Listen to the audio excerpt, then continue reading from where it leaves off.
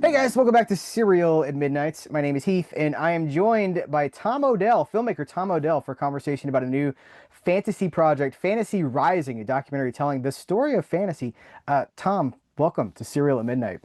Hello, Heath, and thank you very much for having me. It's an ambitious project because fantasy, we were talking sort of before we hit record, just the scope of fantasy and what it encompasses because okay, it's Conan the Barbarian, right? But it's also, you just mentioned Return to Oz as we were casually talking. I mean, this huge thing in the more literature, comic books, pulp magazines. The fantasy is an all-encompassing genre that goes back, hundreds of years. Talk to me just a little bit about, I don't know, the genesis of this project. Why fantasy?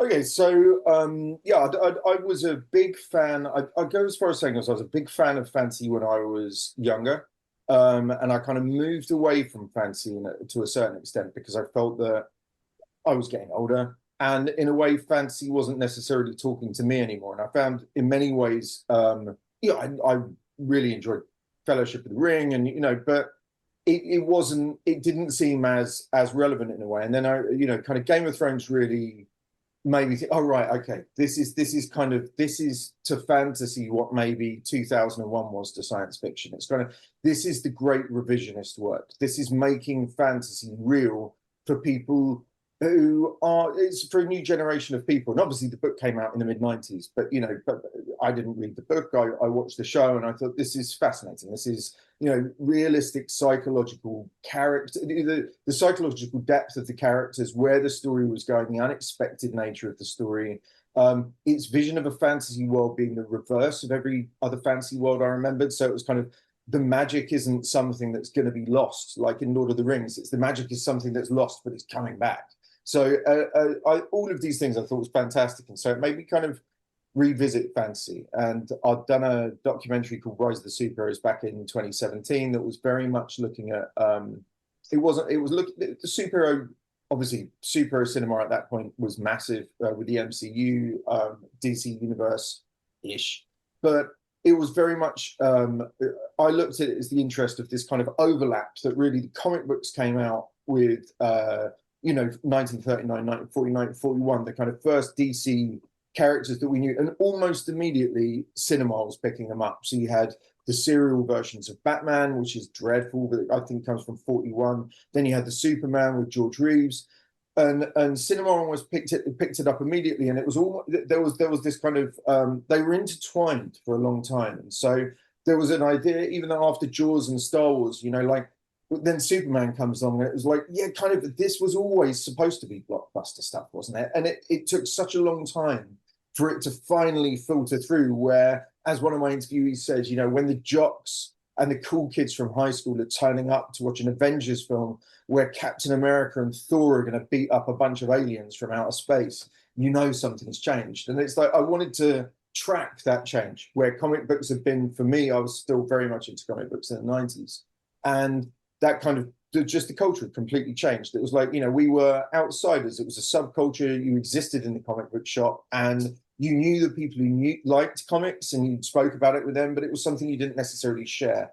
And that culture had changed. And I saw the same thing with fantasy, and I almost never saw it happen with fantasy. And so I could never have predicted it. I always thought fantasy may just remain locked away as a kind of subculture. And so when Game of Thrones, and then obviously the kind of just when I was actually researching the film, the big news of kind of this ratings war. I mean, it was kind of fabricated by the media, but this ratings war between Rings of Power and House of the Dragon.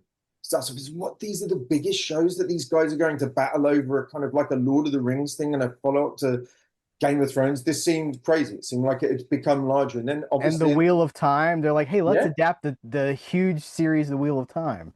yeah, Wheel of Time, and with the books as well. Like this idea that you'd had this movement forward with romanticy, which was obviously a combination of fantasy, which was always kind of looked down upon, and romance, which was always looked down upon. Hmm. They joined forces and become the biggest force in literature, and it was like, who knew?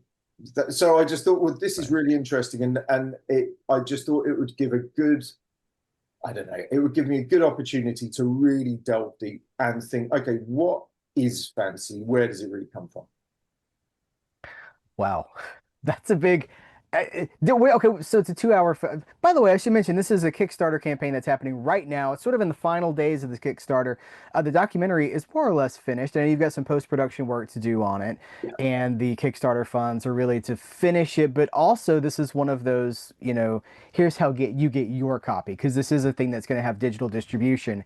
But if you want a physical copy, which anybody that's watching my channel, of course, does want a physical copy, we should talk briefly about that. So there are multiple opportunities for you people to get involved, digital level, physical level. That's sort of the point of the whole Kickstarter campaign in the first place, right? Absolutely. Yeah. So essentially, we're nearing the end. We're kind of, obviously we've been doing physical for a few of the films I've done for the last like 6 years, and maybe actually going far as back as probably 2017. And you get through from a distributor the physical copy that they'd done, and it was just beyond disappointing. It was like, this looks awful. It they weren't being creative for anyone who'd actually want to own anything. And so we thought, right, okay, let's do something for people like us who actually want something on the shelf that looks fantastic, that is going to be the best quality grade possible. The transfer is going to be great. The sound's going to be awesome. It's going to have great extras, and we're going to have a reason to do those extras, because when a lot of the time when you're kind of doing DVD and stuff like that, you just throw stuff together a little bit. Or that was certainly what happened. Was there was almost a contractual obligation by the distributor to supply some stuff for DVD, and I was like, all right, we got this and we got this. Whereas this one, it was like I'd had such long conversations with a lot of the authors in the film. So Raymond E. Feist, Scott Lynch, Max Gladstone, Syrian Livingstone, who is the guy behind Fighting Fantasy and Games Workshop in the UK, also Warhammer, and the man who introduced the world to Lara Croft when he took over at IDOS. But so Ian's in there, and I just thought these interviews are too good not to include somewhere else. And I think they're interviews that they aren't necessarily just speaking about fantasy; they're speaking about their experiences of publishing, of coming up with ideas of world building, and the difficulties and the obstacles they faced at different times. So Raymond Feist in the late 70s, Scott and Peter and Max in the mid kind of the 2010s, late 2000s, 2010s, of just what the landscape looked like at that time and how fantasy fitted in and how they managed to fit within it. And so there's advice in there. They're really interesting guys to listen to. And I have to ask because I haven't seen the film yet. Does it look does the environment look different in the late 70s than in the teens? And is there an evolution, or do you see consistencies in how fantasy is treated throughout those epochs? I think that's really interesting. I think after the Ballantine editions of Lord of the Rings in '65, and I think after then Ballantine did their kind of fantasy imprint, which was Lynn Carter was the guy who was basically in charge and was editing. At that point, the original thing was there were not really that many other fantasy books because it had just kind of been developed as a genre. I mean, Tolkien didn't even call his work fantasy. He didn't attach himself to that. He was telling fairy stories. And so, there was a lot of going back. So there was a lot of Lord Dunsany and E.R. Edison and, books that were kind of like Tolkien in a way, but actually also at the same point were the very history of fantasy that we're telling, which is the journey of the genre from kind of romanticism, literary and artistic romanticism, kind of ideological romanticism to through to Tolkien. And so there was a lot of that. But then afterwards, I think one of the interesting things is like a lot of the books that still came out that we could think of as fantasy. So like A Wizard of Earthsea by Ursula K. Le Guin, that was seen as a children's book. And so you had like Joy Chance and Anne McCaffrey, and really interesting. It's a thing we spoke a lot about, but I wasn't able to put within the film. But really interesting, we had this kind of incredible wealth of female authors actually writing fantasy.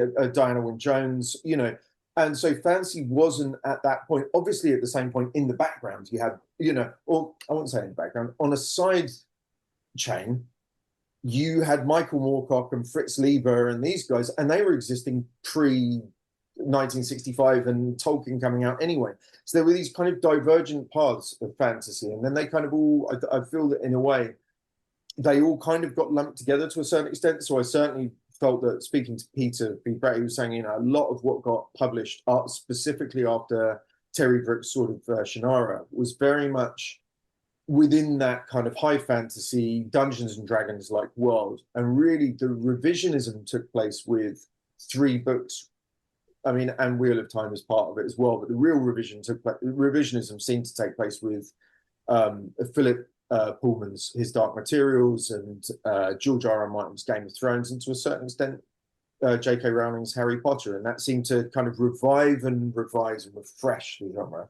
And then suddenly I think people felt that it opened up. They felt that you were able to write fantasy that was a little bit like that, but not too much like that. You were suddenly, the genre opened up for creativity, for different ideas of creative fantasy worlds. And so certainly it's interesting, but then people have said it's closed up again now. So I don't know, I'm not an author, I'm not in that world. But from what they tell me, it may be a little bit more narrow now.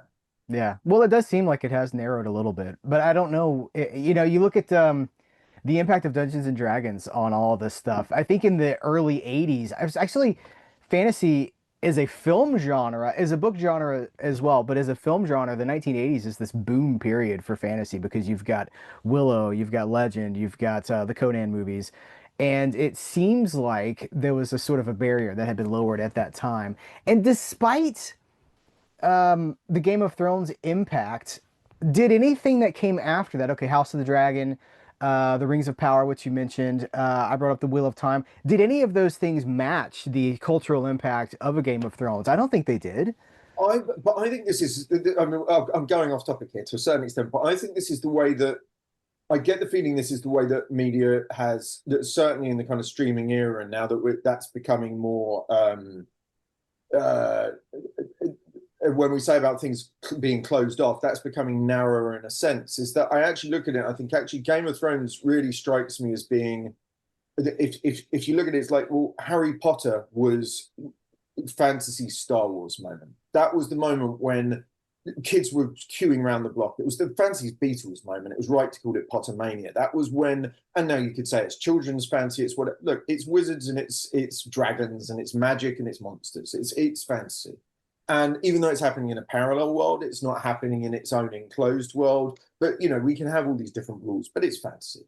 And Harry Potter was that moment. And in a way, I think kind of people often said, well, what was the next Harry Potter? And so they did a number of films trying to, you know, after the Harry Potter films had come out, there are a number of things, you know, there was Percy Jackson and there was versions of, I can't remember the name of the film. It's actually a really good film, but they did the Bridge to River to Rabathia or whatever it is. But they did a number of these films that tried to hook into Harry Potter. But weirdly enough, the next Harry Potter was kind of Twilight, and then actually after Twilight, the next Twilight was Hunger Games. And Game of Thrones strikes me as one of those cultural moments where it's like Stranger Things. It's just that's the big thing. It just explodes in that way. And in the same way that you'd had it in other genres, you could say in the crime TV genre, that was Breaking Bad. And before that, it was The Wire. And Game of Thrones wouldn't necessarily lead to another Game of Thrones. So suddenly people are throwing all their money to make the next Game of Thrones. But it's like, no, now it will be Squid Game. And it keeps shifting in that way. And I think, but that's really healthy at the same point. Yeah. Well, one of the things I appreciate you about a film about you as a filmmaker is that you ask why, and you're not all okay. So like how the Beatles changed the world, you know, you're looking at almost this metatextual thing about okay, yes, they were huge. Why? What changes did they bring to society? And you know, how did the world sort of form to them? You know, how did they change things? And with the, you know, Rise of the Superheroes, you're looking at, I know you talked to Chris Claremont, like you're looking at how, why, you're asking questions. Not every documentary project like this ask those questions. Sometimes they say, hey, Conan is pretty great. Um, what responsibility do you feel as a filmmaker? Do you feel a pull toward any sort of a journalism, toward telling some sort of a story that isn't always clear? Yeah, I think so. I think that's definitely. I think kind of like as much as I'd like to celebrate things, I think we can celebrate things ourselves in a way. And so in the end, it's like fans can celebrate together. The world of celebration of I can sit around exactly as you're saying about the Beatles, or as we're saying about Game of Thrones. I can sit around and go, oh my God, like who knew the Hound was going to turn out to be that character? Wasn't that the most amazing thing? Or who knew that Jamie Lannister was going to become this sympathetic? But in the end, it's like you can do that in private, but actually what you often don't do is think, yeah, but how did we get here? And that to me is always the interesting thing, because that's the kind of films I like watching, I suppose. I like, I love Adam Curtis. I love films that say, all right, we're here, but what happened to get here? And I think with fantasy, the really interesting story for me was we could have, I mean, God, you could have started with the Greek myths, and you could have started, which we touch on and mention, but the I really mean, Nolan's about to do the Odyssey, you know? right. It does go that way back, but I think really the Romantic era was the obvious place to start in a way, and one of the reasons why is because what you had, I think this is really fascinating about fantasy, really, was that actually the very inception of the novel was based on a rupture between the idea of Enlightenment thinking and Romantic thinking. And there was an idea that Enlightenment thinking said all novels, the novel had, Don Quixote wasn't that old, the novel had just turned up as a form. And it was, well, you've got to do realist novels, and that would lead us to great places. That would lead us to Flaubert and Proust, and it would go in a fantastic direction. But there were these other writers who were saying, no, we want to retain some of the magic of the past. We want to keep some of our superstitions. We want to keep what the rural poor have in their storytelling traditions. And in a way, I see this being very close to John Lomax and Alan Lomax going out with their tape recorder, their real recorders, and recording the songs of the sharecroppers. And actually, the blues comes from that. From we're not going to let these songs die with these ex-slaves and shekels, etc. And in a way, it was the same thing that the Brothers Grimm did, which was we're going to go and record these stories because they might just disappear, because we're being told you can only have realist stories, but there are all these great stories. And from that, we get Snow White and, obviously Sleeping Beauty, except for Little Red Riding Hood. And there was a huge part of that. So, like, with those kind of characters, there was always this notion of this break between literature should be serious and realistic, or literature should be fantastical. And, well, I don't think the people who are saying it should be fantastical were saying it should only be fantastical. I think they were saying, but it also should be fantastical. And that was very much looked down upon in the climate of the times. And it was almost kind of, not a punk energy, but a certain kind of rebelliousness that said, no, we're going to keep doing stories that are of the imagination. And so there was always this fight that still seemed to be going on when I was younger in the 1980s, which was fantasies for kids. And why I feel the revision point, or the revisionist kind of watermark, was Game of Thrones rather than Peter Jackson's Lord of the Rings trilogy, is that seems to me the point at which an adult audience who never would have even thought, I mean, half of them watching Game of Thrones probably didn't even think of the concept of what they were watching. They didn't think this is fantasy. They didn't think in genre terms, but they accepted it and they loved it. And it was fantastic. Filmmaking, it was great writing, these were great characters, and they found themselves caught up in it. And I think that's the story I really wanted to tell, is from this point where a kind of 2-century fight that fantasies had to be taken seriously, and it did, and it has, and it is now accepted. And how did that journey take place? That's the story.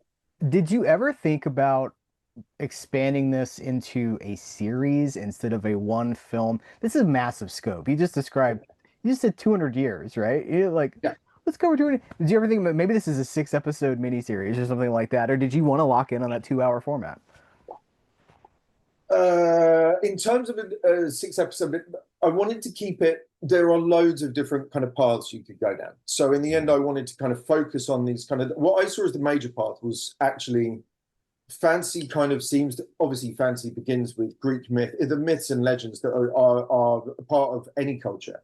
But actually, when it becomes beyond just kind of campfire tales, and becomes something that you can really appreciate and that can be read and then moved on, is when it becomes literature. Is when Beowulf is sort of a turning point, right? but I mean, Beowulf's much earlier. I mean, I think really when this starts to become something is when it. I'll go as far as saying when it actually starts becoming big. And I think kind of Walter Scott, those kind of that kind of medieval romanticism that started in the beginning of the 1800s. That's really where this starts from. It's like E.T.A. Hoffman, and it blended because there was horror elements. There were obviously witches, but there was also chivalrous knights. There were tales of adventure.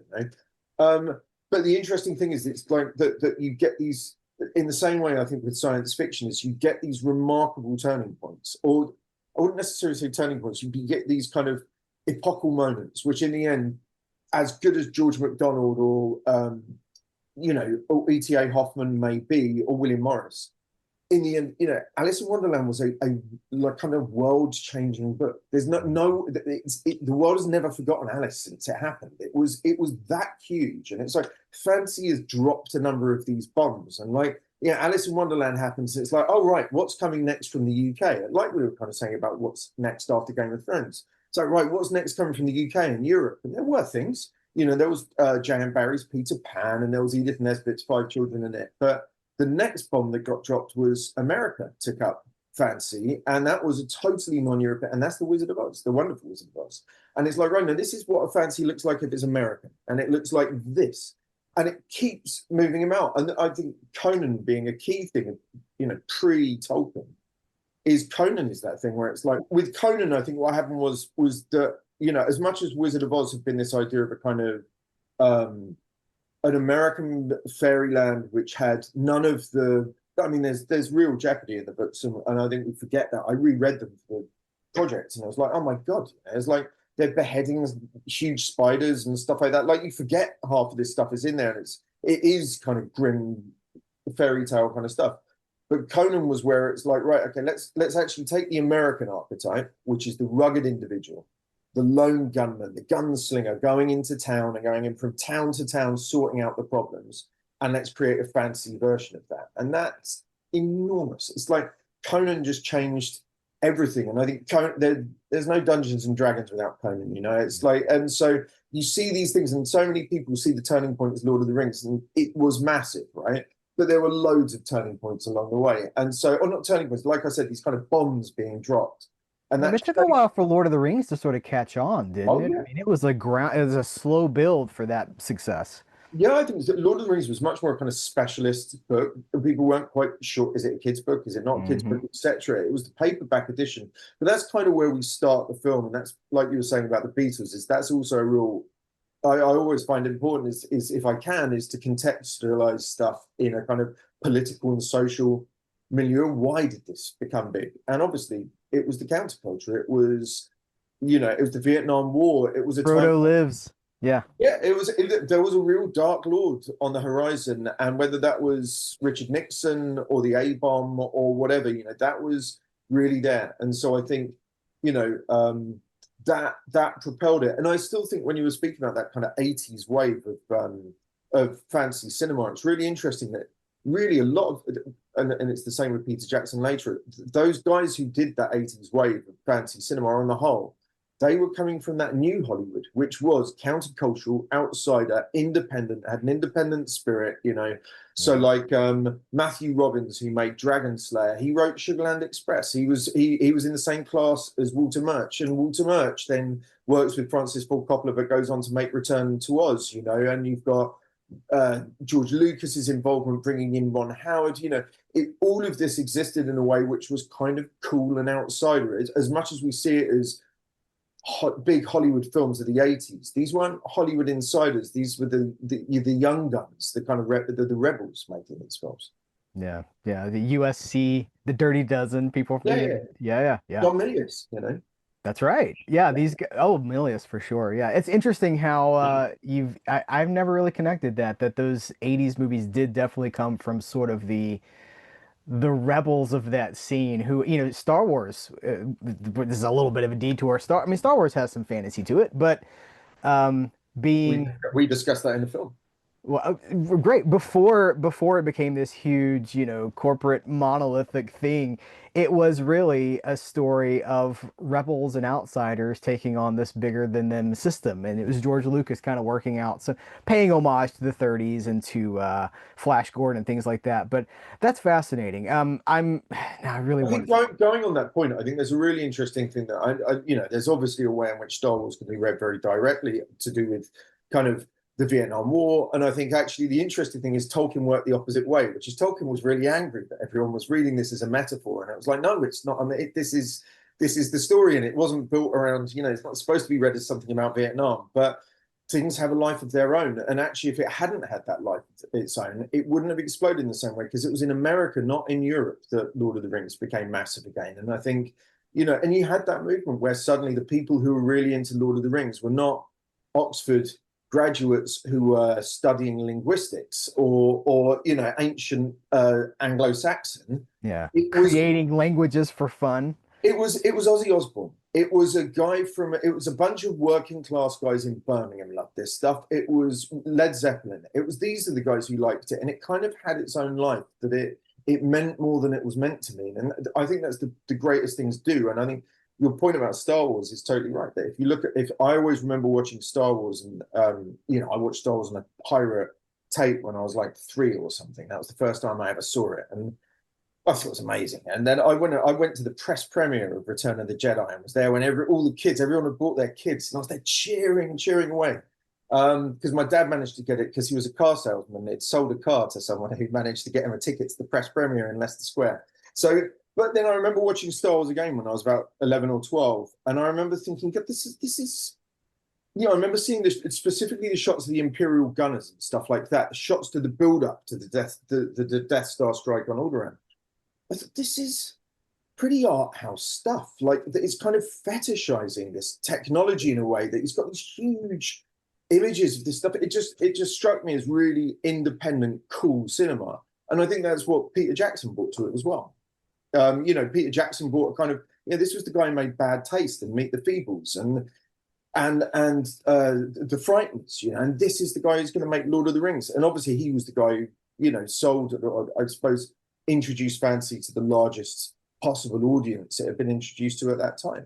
So it's often the kind of, it's often the outsiders and the rebels. They're the guys who bring through these genres and really kind of sell it across to a much wider audience. And so in a way, that was, to me, the kind of interesting story about fantasy and its genesis, was that looking at all these kind of major points. I think for me, growing up, the 1980s had seemed, I remember probably the first, what I can think of as fantasy film that I knew I was seeing a fantasy film, was Hawk the Slayer. And I thought Hawk the Slayer was just amazing. I thought it was brilliant. I was like 6.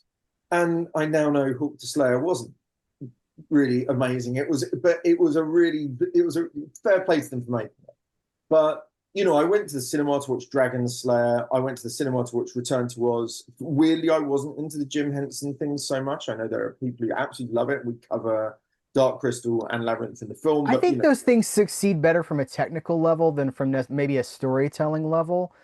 There's something about the way that he creates these entire worlds with puppets on sets that's so ambitious. But I know that some people also feel a disconnect with those stories too. yeah, I think probably the thing that for me was the disconnect. It's weird. I don't necessarily think it was the puppets. The thing that I felt the disconnect for with Dark Crystal and Labyrinth, certainly Labyrinth was, but as Dark Crystal as well, is it seemed more, and maybe it is the puppets, but it seemed more that it was for kids. Whereas weirdly, turning up to Return to Oz and seeing Dorothy taken to an institution and then to try and give her shock treatment, that seemed full on. It felt, even as a kid when I was watching it, I didn't know Walter Murch was the man behind it, but it felt like this is a proper adult filmmaker who's bringing this to me. And in a way, because I love the Muppets, because we had Sesame Street and stuff like that, I suppose it always just seemed more linked to being a child. And I think there are certain kids who don't want to like kids things. And I remember not liking the Goonies because they were kind of the same age as me.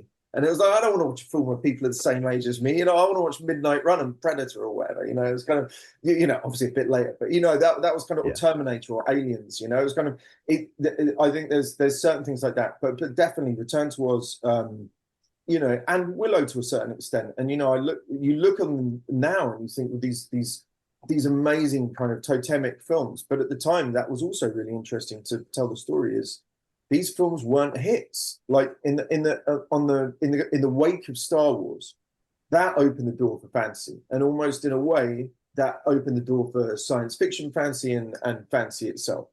And Star Wars would, beat down the doors for everyone else. And you had these films that come along, and it's like, well, actually, fantasy shouldn't be as expensive as sci-fi, And you've had Star Wars, and just afterwards you have Moonraker, which is a massive hit at the time. I may not think it's the best James Bond film, but it was a huge hit, and I remember loving it as a kid. James Bond goes to space, and suddenly it opened up. And actually, if you look back at it, one of the really interesting things is those films, a lot of those films, Dark Crystal, Labyrinth, Excalibur, these weren't big hits. Willow, even, these weren't big hits, and it's like, well, because Spielberg and Lucas have just opened the door to family entertainment, and Conan the Destroyer or Red Sonja was up against Ghostbusters and Karate Kid, and it's like, well, if you're only going to go and see one film in that 3 week period, I guess you're going to go and see Ghostbusters, or you're going to see Indiana Jones and the Temple of Doom, or there was so much coming. Goonies as well. There was so much coming out that I think the fantasy stuff kind of got lost a little bit. And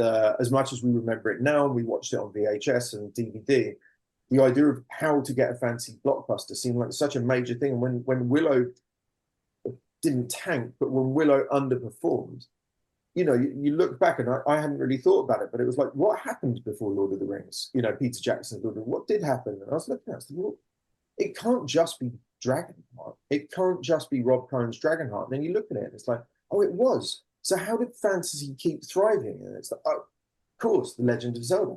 And it was the computer game, it was the video gaming and so that's part of what I try and trace through the film is how fantasy kept healthy. No matter what was happening to fantasy, something was happening somewhere to engage an audience, to grab a new audience, and to move it on. Well, what's interesting about that is the idea of moving delivery formats, moving media formats, because you go from film, obviously, fantasy is born in literature and then film, and then to jump to video games is a very interesting thing. Okay, so I'm winding us down here, but Yeah. where do you see, if you can even predict? I mean, you've made this film about this huge scope, and we've talked a little bit about the current state of fantasy, possibly the future of fantasy, but what do you see as being the next iteration of this thing? Is it video games? Is it? I don't know that the TV format thing has. It feels like maybe it has sort of petered out a little bit. And can't even name the last major, $200 million fantasy movie. I can't even think of one right now. Um, where does this stuff go? Well, I think number one, it will continue. So I mean, in terms of where the kind of if we look at the core roots of fantasy, and we don't take the kind of the generic tropes of Tolkien and Dungeons and Dragons and say it has to exist within that high fantasy sword and sorcery kind of thing, then the wider fantasy genre is still alive and well. Because I mean, How to Train Your Dragon has been, did its live action version, and that's done really well. So in the end, it's always had this backup that kids will love it, and there is always the next generation of kids who are going to love it. And so, I think, but I'll go as far as saying, actually, the biggest for me, and this is not, it's probably not going to be.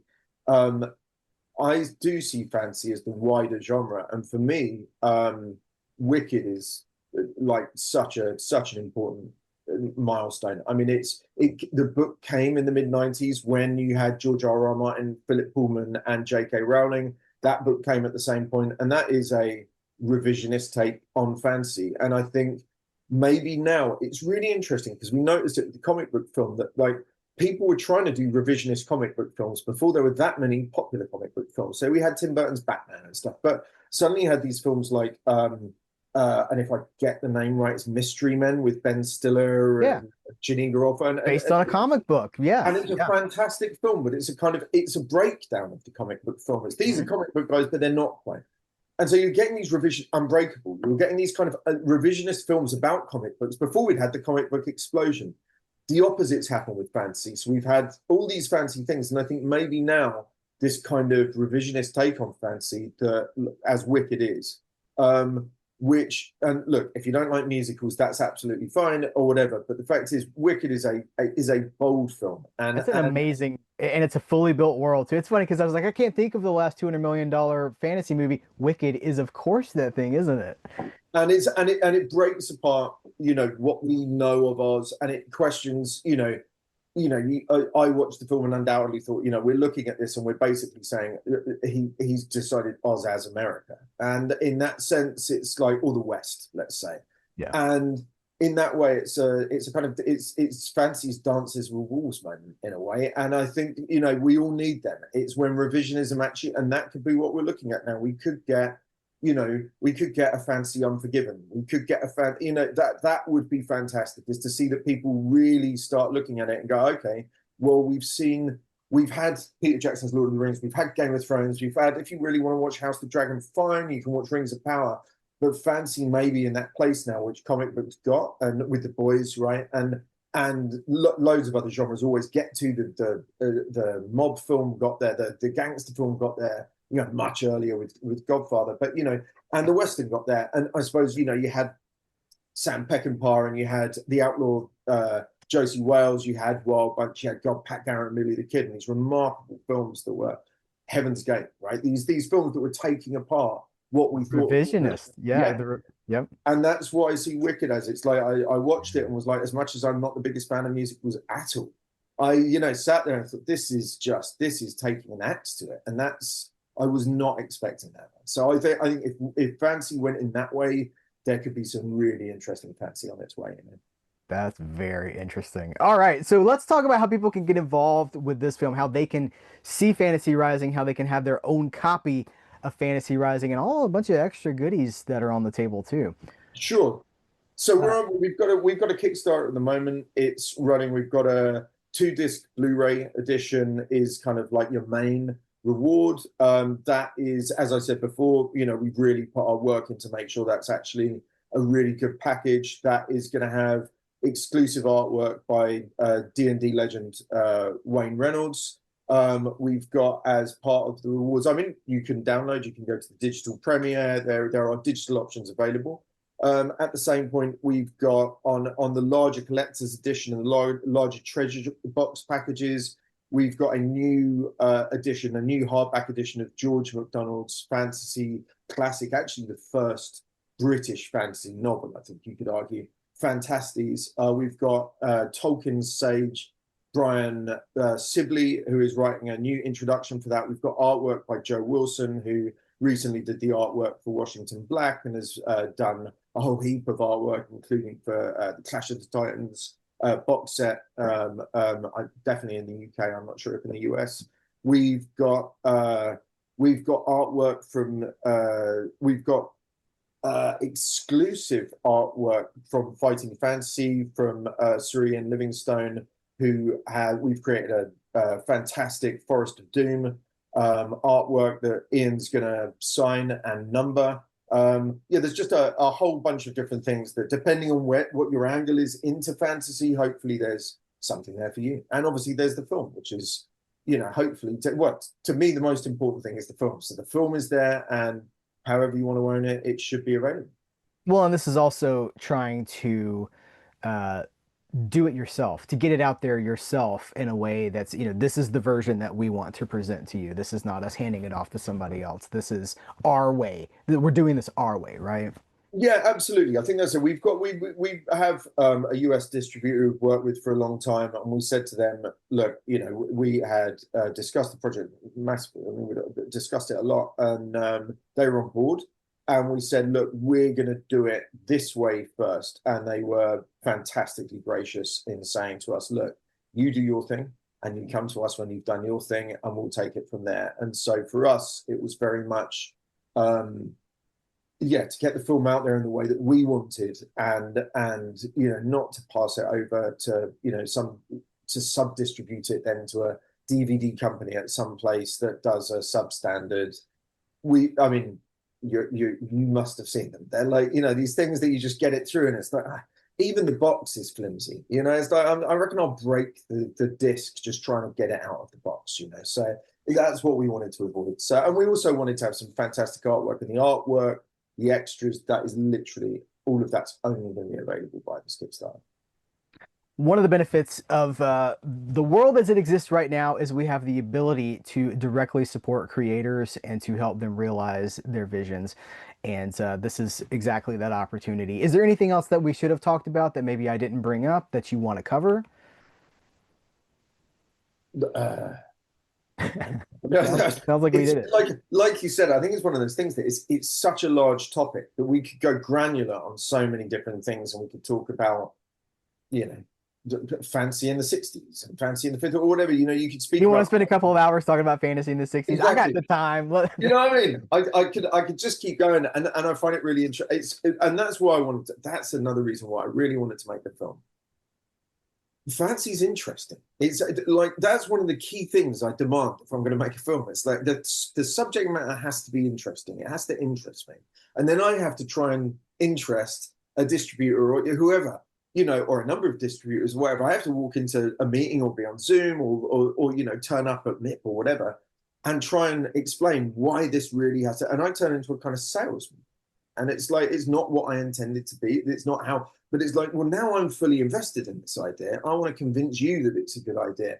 And if the idea is not there while you're going through that process, you normally realize the idea is not there, or you realize it needs a tweak, right? And with fantasy, it was just like with every single bit I looked into it, I thought this is getting a better story. The more I look into it, the story gets better. And that was really what kind of energized me about this project, was just in every way I look at it, fantasy's history is, I'm not going to, comic books had their own fantastic, brilliant, interesting history.